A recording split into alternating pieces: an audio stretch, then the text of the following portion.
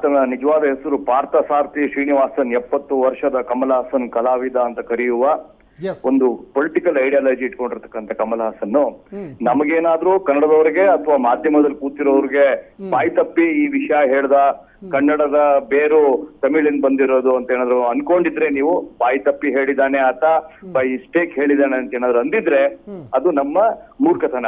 ಆತ ಇದನ್ನ ಪರ್ಪಸ್ ಆಗಿ ಬೇಕು ಅಂತಾನೆ ಬೆಂಗಳೂರಿನ ವೇದಿಕೆಯನ್ನ ಶಿವರಾಜ್ ಕುಮಾರ್ ಎದುರಲ್ಲೇ ಇದನ್ನ ಪ್ಲಾನ್ ಮಾಡಿರ್ತಕ್ಕಂಥ ಪ್ರಸಂಗ.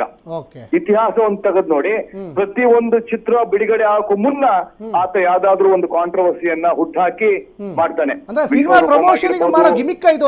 ಸಂಪರ್ಕಿ ಅವರೇ, ಖಂಡಿತ ಗಿಮಿಕ್ಕೆ.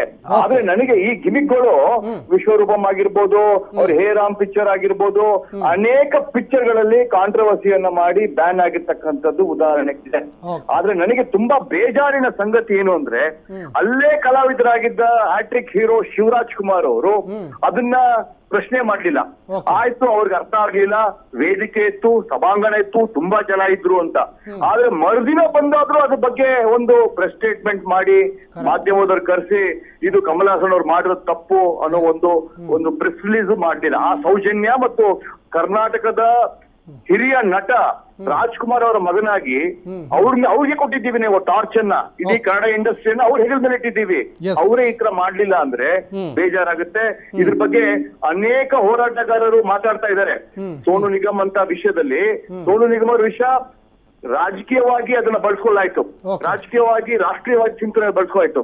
ಆದ್ರೆ ಕಮಲ್ ಹಾಸನ್ ಅವ್ರು ಈಗ ಮಾಡ್ತಾ ಇರೋದು ಕೇವಲ ಸ್ಟಾಲಿನ್ ಒಂದು ಅಧ್ಯಕ್ಷತೆಯಲ್ಲಿ ಸ್ಟಾಲಿನ್ ಅವರು ಹೇಳಿದ್ದಕ್ಕೆ ಮಾಡ್ತಾ ಇದ್ದಾರೆ. ಸ್ಟಾಲಿನ್ ಅವರು ಹಿಂದಿ ವಿರುದ್ಧ ಮಾತಾಡ್ತಾ ಇದ್ದಾರೆ.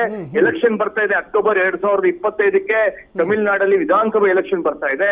ಅದಕ್ಕೆ ಪೂರ್ವಭಾವಿ ತಯಾರಿಯಾಗಿ ಅಲ್ಲಿ ಅನೇಕ ಜನರಲ್ಲಿ ಒಂದು ಕನ್ನಡದ ಹೇಟ್ರೆಡ್ನೆಸ್ ಅನ್ನ, ತಮಿಳ್ ಅಸ್ಮಿತೆಯನ್ನ ಡೆವಲಪ್ ಮಾಡಕ್ಕೆ ಇದು ಮಾಡಿರ್ತಕ್ಕಂಥ ಒಂದು ಪ್ರೀ ಪ್ಲಾನ್ಡ್ PR ಆಕ್ಟಿವಿಟಿ.